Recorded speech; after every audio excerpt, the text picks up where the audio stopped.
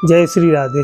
29 जनवरी गुरुवार के दिन जया एकादशी माघ मास शुक्ल पक्ष की है। बड़े भाव के साथ में आपको 29 जनवरी के दिन यह एकादशी व्रत धारण करना है, क्योंकि 28 जनवरी के दिन बुधवार के दिन जो एकादशी है उसमें दशमी युक्त प्रातः की उदय तिथि में दशमी, तत्पश्चात दोपहर के समय से एकादशी लगी है।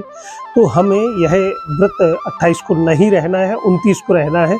और इस दिन बड़े भाव के साथ में प्रातः की वेला में स्नान ध्यान करके संकल्पित हो कि हे नारायण, आज मैं मेरे द्वारा आपके व्रत को मैं धारण किया हूँ या की हूँ। अगर व्रत आप धारण नहीं कर पा रहे हैं तो कम से कम कान्हा जी का अभिषेक करें, पूजन अर्चन करें, लक्ष्मी नारायण मंदिर जाएं, रात्रि में दीप दान करें, भगवान का दिव्य पूजन अर्चन कीर्तन करें, तो भगवान इससे भी बड़े प्रसन्न हो जाते हैं। क्योंकि भगवान जो है श्री हरि नारायण इस सृष्टि के पालनहार है, और जो कृष्ण पक्ष की और शुक्ल पक्ष की एकादशी का व्रत करता है या पूजन करता है, उस दिन भगवान के दरबार मंदिर जाता है तो भगवान श्री हरि बड़े प्रसन्न होते। माता महालक्ष्मी की कृपा भी हमारे जीवन पर होती है। और इस जया अपरा एकादशी की बात करें तो इस एकादशी के व्रत को करने से हमारे पितृ वगैरह, अगर कोई योनि में हो, पिशाच हो, प्रेत हो, अगर किसी भी प्रकार से वह भटक रहे हो, आप यह व्रत धारण करते हैं और द्वादशी के दिन इस व्रत का पुण्य आप